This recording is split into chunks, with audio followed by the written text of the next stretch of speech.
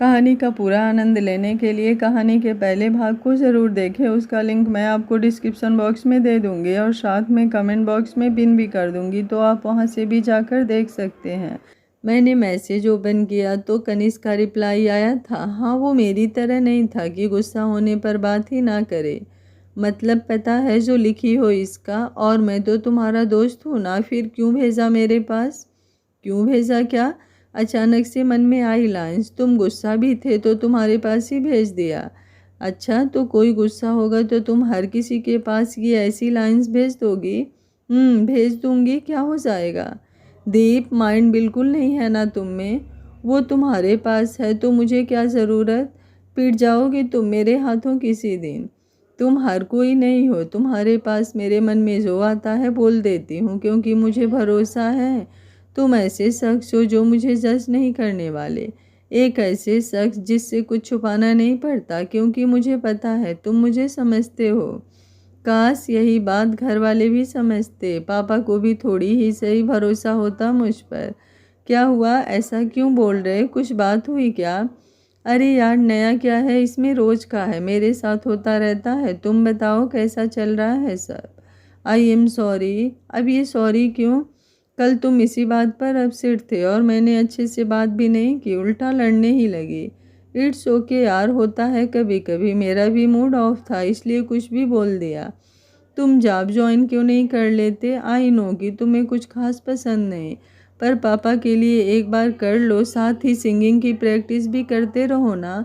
पापा को भी लगेगा कि तुम कुछ कर रहे हो तो कुछ नहीं बोलेंगे तुम्हें।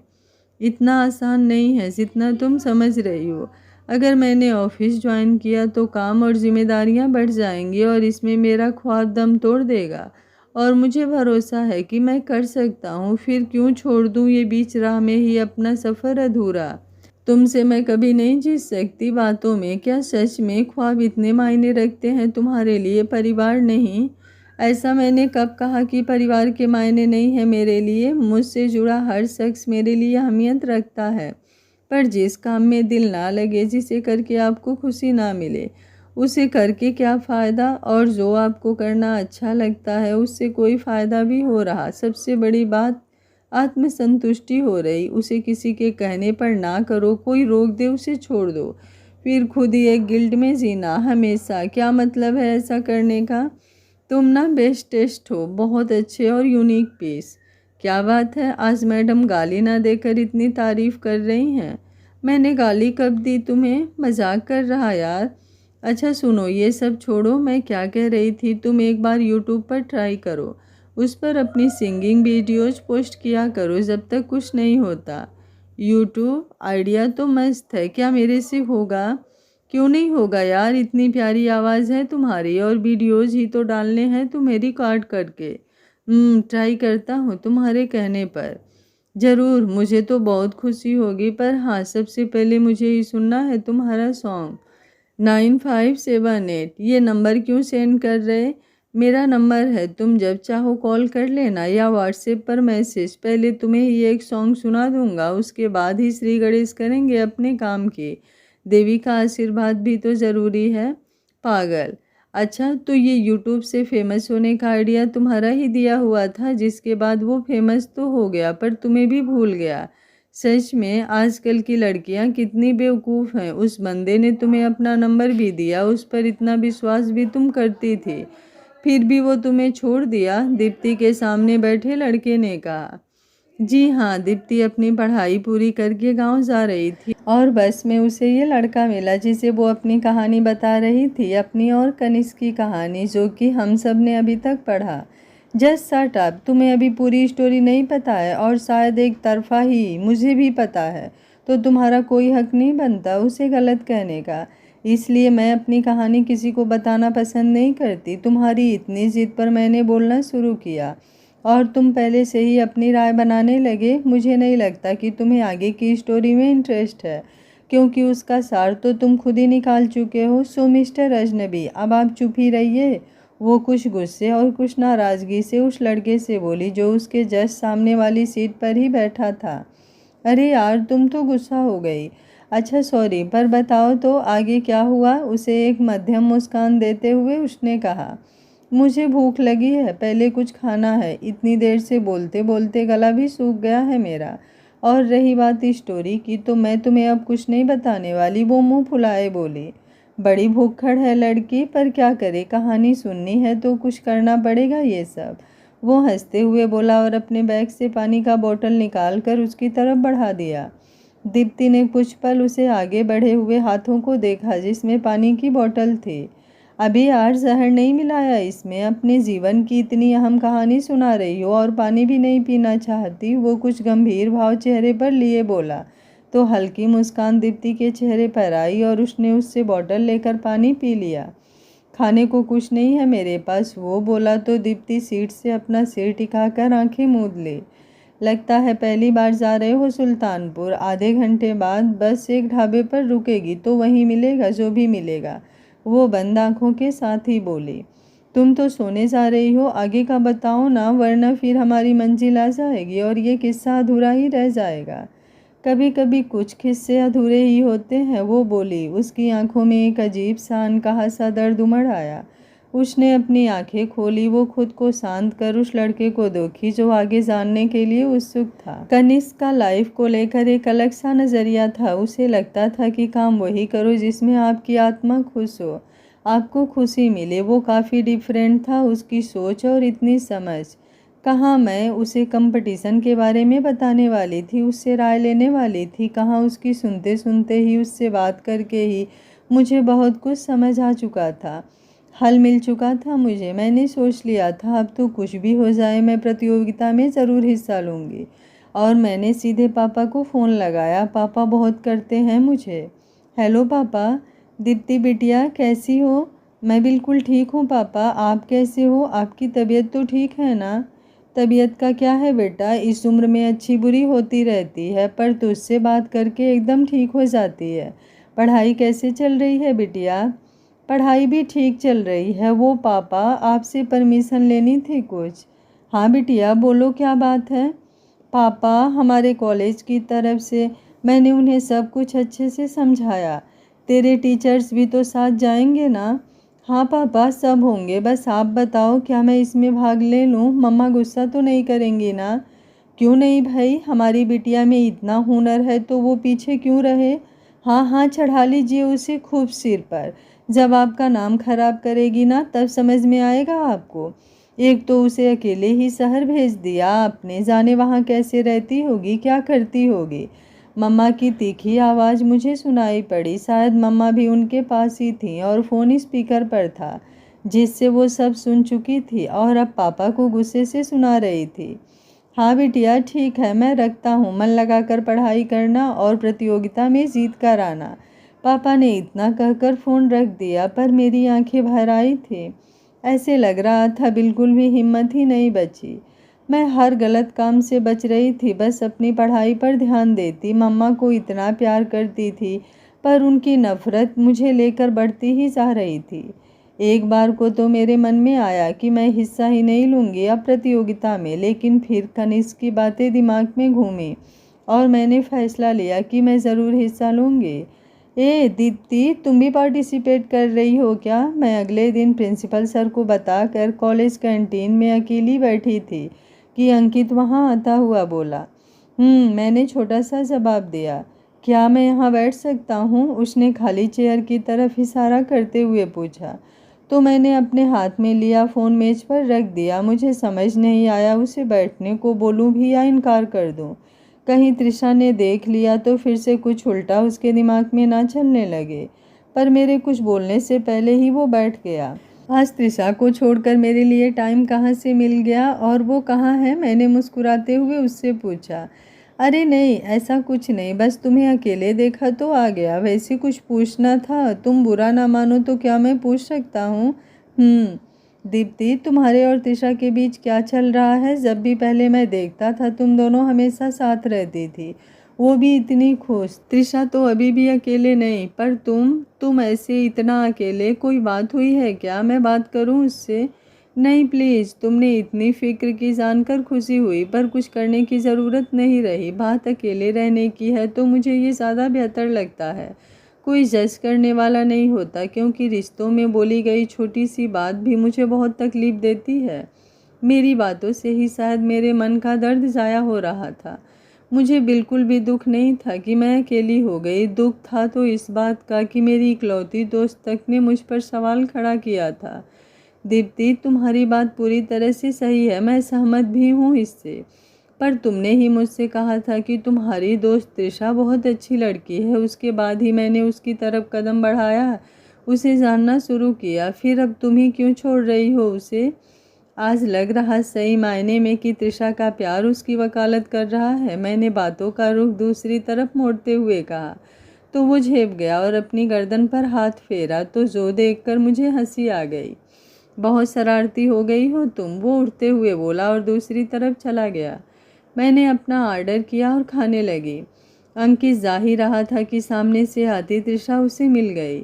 अंकित, कांग्रेचुलेशंस, मुझे अभी पता चला कि सर ने तुम्हारा नाम भी दिया है उसमें। वो खुश होकर उसे बधाई दी।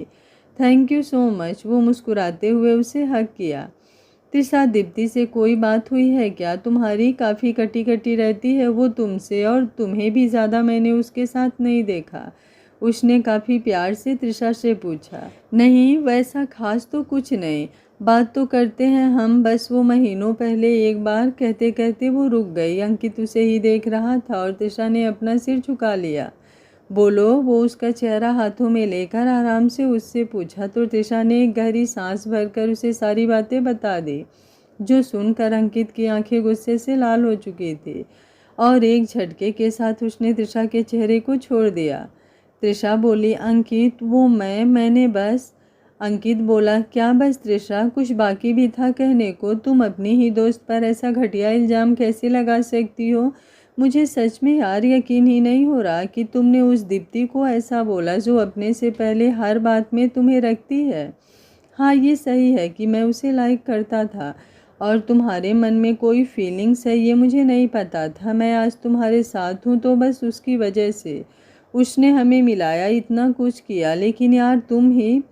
त्रिशा बोली, उसकी वजह से मेरे साथ हो मतलब? अंकित कुछ गुस्से से बोला, दीप्ति ने ही मुझे बताया था तुम्हारे बारे में, तुम्हारी फीलिंग्स के बारे में। उसने कहा कि मैं उससे दूर रहूं, साफ मना किया उसने, और तुम्हारे बारे में सब अच्छा ही बोला। इतना समझाया मुझे और तुम उसे ही गलत बोली। ओह, तो तुम उसके कहने पर मेरे साथ आए हो? मेरे लिए कोई एहसास नहीं है तुम्हारे मन में? तुम बस अपनी पसंद की बात मानने के लिए सब कर रहे हो। वो तुम्हारी नज़रों में महान बन गई। त्रिशा की आंखें भर आई थी। सच में तुम्हारा दिमाग खराब हो गया है? क्या एहसास है मेरे मन में तुम्हें नहीं दिखता? अब तुम हमारे रिश्ते पर भी सवाल खड़े कर रही हो। वो उसकी बाह पकड़ते हुए सख्त से अंदाज में बोला। अंकित, मेरा वो मतलब नहीं था। मैं बस तुम्हें खोना नहीं चाहती। तुम जानते हो ना कि मैं तुमसे कितना प्यार करती हूँ। वो उसकी आंखों में देखते हुए बोली। प्यार? सच में? आज तो मुझे तुम्हारे इस प्यार पर भी डाउट हो रहा है। वो वैसे ही उखड़े लहजे में बोला और उसके पास से चला गया। मैं शाम को जब हॉस्टल आई और अपने रूम में आई तो देखा त्रिशा किताबें खोले बैठी थी। मैंने जाकर चेंज किया, उसके बाद बिस्तर पर लेटी कि कुछ देर आराम कर सकूं कि उसकी आवाज़ मेरे कानों में पड़ी। चाहती क्या है तुम मुझसे? मतलब मैंने क्या किया? मैं उसकी तरफ देखकर सवाल की। मैंने उस दिन तुझे कुछ बोला था जब हमारी लड़ाई हुई थी। वो हमारे बीच की बात थी और तूने वो सब कुछ अंकित को बता दिया। मैं कितनी खुश थी अभी तक कि कहीं ना कहीं अंकित को भी मैं पसंद हूँ, इसलिए वो मेरे साथ आगे बढ़ रहा है। पर नहीं, वो सब कुछ तेरे कहने पर था। यार दीप्ति, तू सच में ऐसा कैसे कर सकती है? तू भूल गई सब कुछ? इस हॉस्टल में, इस कॉलेज में जब आई मैंने तेरी इतनी हेल्प की, और तू तो यार मेरी ही लाइफ बर्बाद करने पर तुली है। देख त्रिशा, तू गलत समझ रही है। एक बार फिर से मुझे माना कि मैंने अंकित से बात की थी तेरे लिए, पर उसके पीछे मेरा बस एक ही मकसद था कि तू खुश रह सके। तुझे लगता था कि अंकित मेरी वजह से तेरे पास नहीं है, तो मैं कुछ हैरान भी थी उसके मुंह से ये सब सुनकर, क्योंकि मैंने अंकित को मना किया था कि वो त्रिशा को कुछ भी ना बताए, पर शायद वो गुस्से में सब बोल चुका था। उसे मेरी बात पूरी होने से पहले ही त्रिशा बोल पड़ी।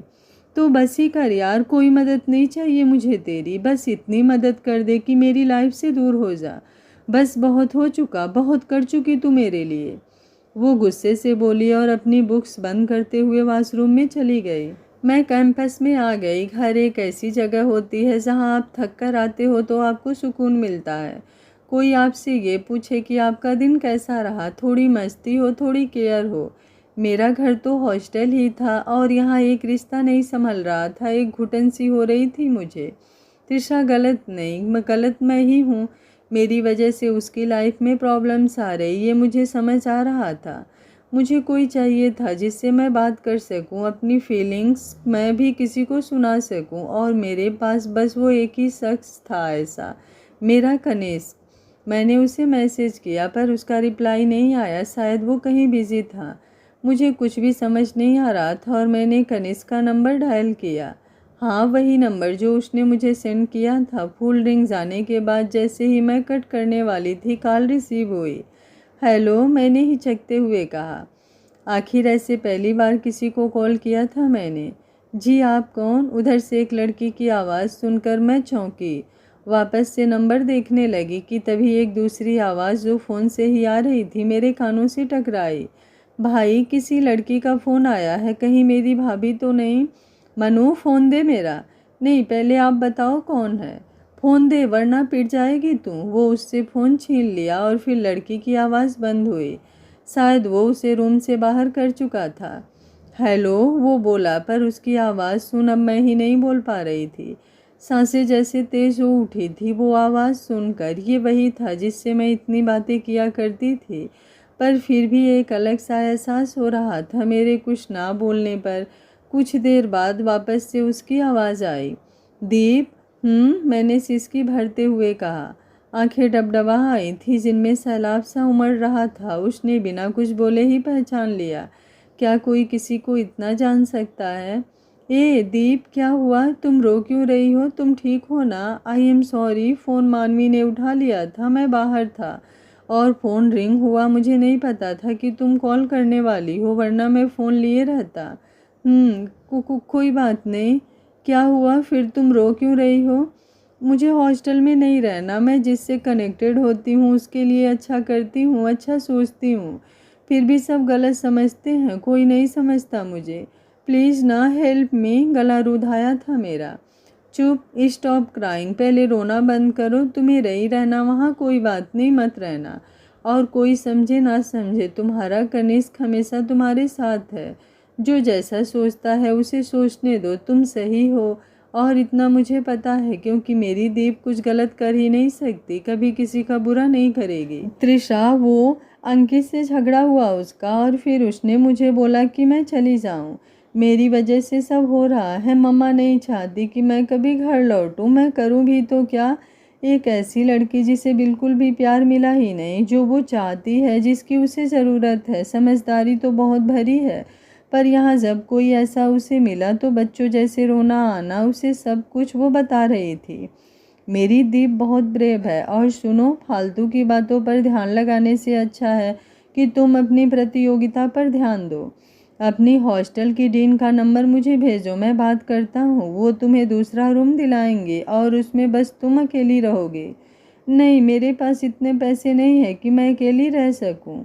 वो तुम्हारी प्रॉब्लम नहीं है। तुम बस एक प्यारी सी स्माइल करो जिसमें मुझे मेरी ये बुद्धू सी पगलेट दीप अच्छी लगती है। अच्छा जी, तुम्हें कैसे पता कि मैं अच्छी दिखती हूँ स्माइल करते हुए? तुमने कभी मुझे देखा नहीं है? उसकी बात सुनकर सच में एक प्यारी सी मुस्कुराहट आ गई थी लबों पर। कुछ चीज़ें बस आंखों से ही नहीं देखी जाती, दिल की बातें धड़कने बयां कर देती है। ये आवाज़ में खनक ही बता देती है तुम्हारे और मायूसी की जगह नहीं लाइफ में, समझी? ये दिल कहाँ से आ गया इसमें? मैंने जानबूझकर अनजान बनते हुए उससे पूछा। शायद कहीं ना कहीं दिल कह रहा था कि ये महज दोस्ती तो नहीं, बहुत आगे है उससे। कुछ नहीं है, तुम्हारी समझ से बाहर है ये सब। मुझे नंबर सेंड करो तुम, बस उसके बाद जाकर खाना खाकर सो जाओ। सुबह तक तुम्हें नया रूम मिल जाएगा। पर कनिष्क, परवर कुछ नहीं, मैं दखल नहीं देना चाहता था, लेकिन अब बात ज़्यादा ही बढ़ चुकी है। उन दोनों का पर्सनल मैटर है, उनके बीच क्या है क्या नहीं। और इसकी वजह से बात तुम पर आए, तुम दुखी रहो, ये नहीं बर्दाश्त होगा मुझे। और अब तुम ना ही उससे बात करोगी ना सॉरी बोलोगी। वो घर से कॉल है। ओके बाय, ध्यान रखना अपना और टेंशन फ्री रहना। कुछ रिश्ते हर चीज़ से परे होते हैं, निस्वार्थ आपके साथ होते हैं, उन्हें बयां नहीं किया जा सकता। शायद ऐसा ही था ये रिश्ता भी। कनिष्क के कहने पर मुझे अलग रूम मिल गया था अगले दिन, जिसमें मैं शिफ्ट कर चुकी थी। पर मुझे सबसे ज़्यादा हैरानी इस बात की हुई जब पता चला कि मेरी हॉस्टल की पूरी फीस पे हो चुकी है। करीब 7 महीने ही बचे थे मेरे कॉलेज के और लास्ट तक का पे हो चुका था। संदेह करने का सवाल ही नहीं उठता कि कौन करेगा कौन नहीं। मुझे तुरंत पता चल गया कि ये सब किया धरा किसका है। इस बात को लेकर मेरी और उसकी लड़ाई भी हुई थी। मैं नहीं चाहती थी कि वो मेरे लिए परेशान हो। और इतने पैसे कैसे आए उसके पास, मुझे इस बात की भी फिक्र थी। और जब मैंने उससे पूछा तो उसने बताया कि उसके पास था। मेरे डांटने पर उसने कहा कि जब तुम्हारे पास होंगे तो तुम वापस कर देना। ओह, फिर आगे क्या हुआ? प्रतियोगिता में तुम गई थी कि नहीं और जीत हुई? वो पूछ बैठा तो दीप्ति ने उसे घूर कर देखा। तुम चुप नहीं रह सकते ना, हर बार टांग अड़ाना ज़रूरी है? या तो सुन ही लो या बोल ही लो, वो झल्लाते हुए बोली। सॉरी, उसने मायूस सा चेहरा बनाया। तब तक उनकी बस में रुकी एक ढाबा के सामने। भूख लगी थी इतनी, ये तो अच्छा हुआ बस रुक गई, वरना तो मैं मर ही जाता, वो बुदबुदाते हुए बोला। तो दीप्ति मुस्कुराई जिसे वो ना देख सके। एक एक कर यात्री उतरने लगे। मैंने तो तुम्हें इतना कुछ बता दिया, पर तुमने अभी तक अपना नाम तक नहीं बताया। वो अपनी सीट से उठा ही था कि दीप्ति बोली, इतना अच्छा नाम तो दिया है तुमने मिस्टर अजनबी, इससे अच्छा तो नहीं है मेरा नाम। वो बोला और उसी के साथ बस से उतर गया। पता नहीं क्या है ये, जानती तक नहीं कौन है, पर दिल किया कि इसे अपनी कहानी बताई जाए। पर कुछ भी हो, बुरा तो नहीं लगा। कैरेक्टर ठीक ठाक ही है। इतना लंबा सफ़र साथ किया, पर अजनबी भी नहीं लगा। जैसे पहले से ही जानती हूँ मैं इसे। वो मन ही मन बोली, ओ मैडम, आना है कि मैं लेकर आऊँ कुछ खाने को? उसने वहीं से आवाज़ दी। नहीं, आ रही हूँ मैं भी, कह वो जल्दी से उतरी। वहीं एक नल लगा था। उसने पहले जाकर अपना मुंह धुला, फिर दुपट्टे से ही अपना चेहरा साफ किया और ढाबे के अंदर आ गई। वो छोले भटूरे खाने में लग गया था। उसे ऐसे खाता देख वो हंस पड़ी। भुक्खड़ मुझे बोल रहा था, खुद से भूख कंट्रोल नहीं हुई। वो बुदबुदाई और अपने लिए एक प्लेट चाट लेकर उसके पास ही बेंच पर बैठ गई। आराम से खाओ, कोई लेकर भागा नहीं जा रहा। दीप्ति उसे जल्दी जल्दी खाता देखकर बोली तो वो हंस पड़ा और हाँ में सिर हिलाया। मैं जल्दी जल्दी इसलिए खा रहा हूँ क्योंकि अभी मुझे तुम्हारी स्टोरी भी सुननी है, वो खाते हुए ही बोला। तभी दीप्ति का फ़ोन बजने लगा। कनिष्क का है क्या? लड़के ने पूछा तो दीप्ति उसे आँख दिखाई। चुप रहना प्लीज़, मेरे घर से कॉल है, वो रिक्वेस्ट करती हुई बोली और कॉल रिसीव कर ली। बेटा कहाँ पहुँची? पापा बस ढाबे पर रुकी है, थोड़ी देर में चलेगी, करीब 1 घंटे तो लग ही जाएंगे। ठीक है बेटा, ध्यान रखना अपना, और बस स्टॉप पर पहुँचने से पहले मुझे फ़ोन करना, मैं आ जाऊँगा। जी पापा, कहकर उसने कॉल कट की।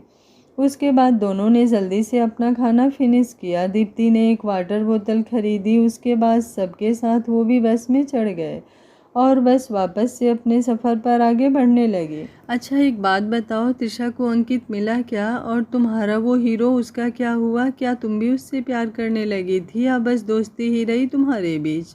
वो लड़का बोल पड़ा। पहले तो तुम अपना नाम बताओ, वरना मैं नहीं सुनाने वाली स्टोरी। वो जिद पर अड़ते हुए बोली। कुछ ज़्यादा ही ज़िद्दी हो तुम। अरमान नाम है मेरा, सुल्तानपुर किसी खास काम से जा रहा हूँ। एक बड़ा भाई, एक छोटी बहन, मम्मी पापा घर में हैं। और कुछ भी बाकी हो तो आधार कार्ड ही दिखा दूँ, उसने कहा तो दीप्ति हंसने लगी और इनकार में सिर हिलाया। नहीं नहीं, बस इतना काफ़ी है। वो मुस्कुराई तो अरमान उसे आगे बोलने का इशारा किया। प्रतियोगिता में तो मैं जीती थी, सेकंड आई थी तो 50,000 रुपये का इनाम मिला था और बहुत सम्मान भी। त्रिशा और अंकित की बहस की वजह से ही शायद अंकित गया ही नहीं था प्रतियोगिता में। ऐसे ही 1 हफ्ते बीत गए थे। मैंने कंप्यूटर क्लासेस लेनी भी बंद कर दी थी तो कनिष्क के लिए भी टाइम मिल जाता था। सब कुछ काफ़ी अच्छा चल रहा था। कनिष्क से अब मेरी फ़ोन कॉल पर भी बात होने लगी थी। एक दिन मैं कॉलेज गई तो देखा त्रिशा और अंकित कुछ बातें कर रहे थे। शायद दोनों ही नहीं रह पाए एक दूसरे के बिना। त्रिशा, सॉरी, मैंने उस दिन कुछ ज़्यादा ही बोल दिया था तुम्हें। तुम सॉरी मत बोलो, गलती मेरी ही थी। तुम तो प्यार भी ना करते थे मुझसे, तो नाराज़ होने का हक भी नहीं था शायद मेरा। प्यार ना करता तो आज तुम्हारे सामने ऐसे खड़ा होकर माफ़ी तो बिल्कुल नहीं मांग रहा होता। त्रिशा, कुछ बातें बहुत उलझा देती है यार। दीप्ति हमारी दोस्त है, बस इससे आगे कुछ नहीं होगा। अब हमारे रिश्ते में हम दोनों ही कोशिश करेंगे कि उसके नाम से या उसे लेकर हमारा रिश्ता इफेक्ट ना हो। मुझे रियलाइज़ हो गया है यार कि नहीं रह सकता मैं तुम्हारे बिना। I really love you. I love you too. वो उसके सीने से लग चुकी थी। अंकित ने भी अपनी बाहों का घेरा उसकी कमर पर कस दिया था। दोनों बहुत खुश थे साथ। तभी त्रिशा की निगाह मुझ पर पड़ी और उसे खुद को देखता पा मैंने अपनी नज़रें उन दोनों पर से हटा ली और आगे बढ़ने को हुई कि तब तक त्रिशा उससे अलग होकर मेरे सामने आकर खड़ी हो गई। मैं दूसरी साइड से जाने को हुई तो उसने मेरा हाथ पकड़ लिया। अभी यार और कितना गुस्सा दिखाने वाली है, एक चपत मार ले, पर ख़त्म कर सब। मुझे मेरी दीप्ति, मेरी दोस्त वापस चाहिए। फाइनली 1 महीने बाद उसने ऐसे कहा था जिससे मुझे अपनी दोस्त वाली वाइब्स आती थी। मेरा हाथ छोड़ क्लास के लिए लेट हो रहा। मैंने फिर भी उससे कुछ नाराज़गी से कहा तो उसने मेरे गालों पर पुच्ची दे डाली। बस कर निर्लज्ज, तेरा वाला भी यही है कि कहीं कुछ गलत ना समझ ले। मैं उसे धकेलते हुए खुद से दूर की तो अंकित हंसता हुआ हमारे पास आया। मुझे कोई प्रॉब्लम नहीं है, बस मेरा इंतज़ाम थोड़ा ज़्यादा करना होगा तुम्हें। वो त्रिशा को कंधे से पकड़कर खुद से सटाते हुए बोला तो वो शर्म से लाल हो गई। फाइनली एंड फाइनली सब कुछ ठीक हो चुका था, बिल्कुल ठीक। हम सब साथ हो गए। त्रिशा बोली कि मैं उसके ही रूम में रहूं, पर मैंने मना किया क्योंकि उसका बिल पे हो चुका था और शायद ठीक भी था। ये हमेशा पास होने से अच्छा था कि हम साथ रहें। ये बात तो तुमने बिल्कुल सही कही। कई बार ज़्यादा पास होने से भी रिश्ते नहीं चलते और जब त्रिशा को गिल्ट था, उसे एहसास हो गया था, तो माफ़ करना भी ज़रूरी था। आखिर वही तो थी तुम्हारे पास कॉलेज में। अरमान ने मुस्कुराते हुए कहा तो दीप्ति ने हाँ में सिर हिलाया। पर कभी कभी हम जैसा चाहते हैं वैसा नहीं होता, कुछ खास छूट भी जाता है। वो कहीं खोई हुई सी बोली। तुमसे क्या छूट गया जीने और खुश रहने की वजह? यार ये बातों की जलेबी मत घुमाओ, सीधे सीधे बताओ ना आगे की स्टोरी। वो मुंह बनाता हुआ बोला तो वो फीका सा मुस्कुराई। 1 महीने बीत चुके थे। जब लगता है सब कुछ ठीक हो रहा है तभी कुछ ऐसा हो जाता है जो उम्मीद से परे होता है। छुट्टी का दिन था। कनिष्क ने मेरे कहने पर अपना यूट्यूब चैनल शुरू कर दिया था। सब कुछ बहुत अच्छा चल रहा था। आज उसके 1000 सब्सक्राइबर कंप्लीट हो गए और अभी 1 घंटे पहले ही उसने एक सॉन्ग अपलोड किया था। पर एक बात थी, वो कभी अपना फेस नहीं दिखाता था। अपनी वीडियोज़ में भी मैंने आज तक उसे नहीं देखा था। जब भी पूछती कि वीडियोज़ तक में तुम अपना चेहरा क्यों नहीं दिखाते, कुछ ना कुछ बहाना कर देता। यही एक बात मुझे समझ में नहीं आती थी। फिर भी उसकी आवाज़ इतनी अच्छी थी कि तेज़ी से उसकी फॉलोइंग बढ़ रही थी।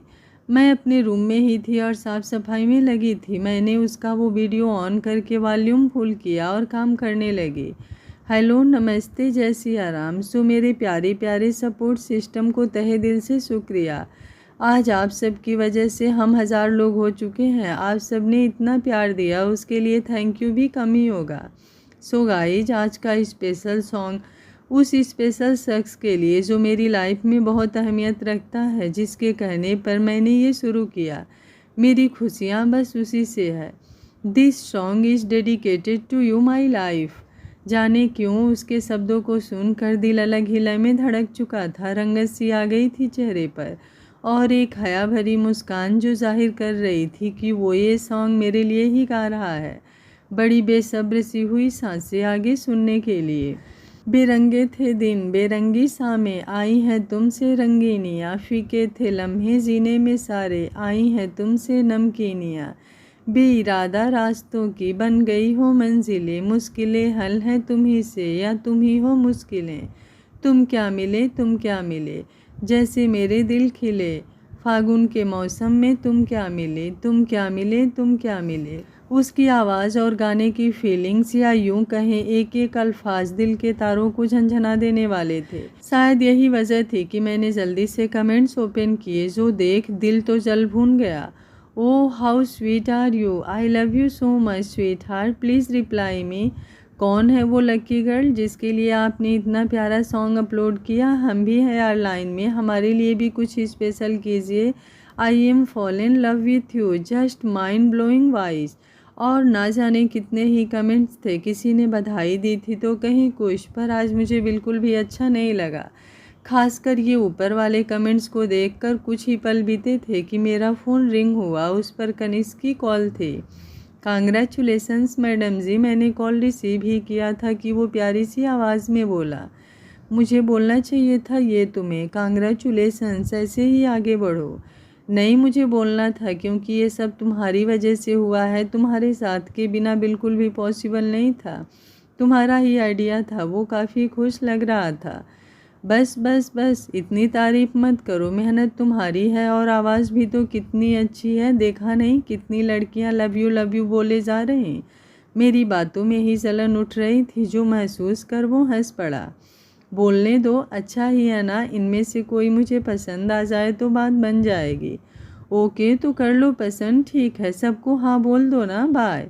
अरे मेरी क्यूटी, क्यों गुस्सा हो रही हो? दीप यार बस मस्ती में बोल रहा था, बाकी तुम भी शायद समझ ही गई होगी कि मेरे मन में, मेरे लबों पर और मेरे इस धड़कन में बस एक ही लड़की का जिक्र होता है और उससे ही मैं बात कर रहा हूँ। आज उसने सामने से बोल दिया था। जाने क्यों जितनी खुशी हुई थी, आंखें उतनी ही जल्दी डबडबा आई थी। ऐसे कैसे प्यार हो सकता है? तुमने अभी तक मुझे देखा नहीं और ना ही मैंने तुम्हें। जो देखकर किया जाए वो इश्क नहीं। और रही बात मिलने की, तो जिस दिन खुद को तुम्हारे लायक बना लूँगा उस पल तुम्हारे सामने मिलूँगा। कनिष्क, नहीं, ये कुछ भी पॉसिबल नहीं। तुम ऐसे मत बोलो, ये प्यार वार सब गलत है।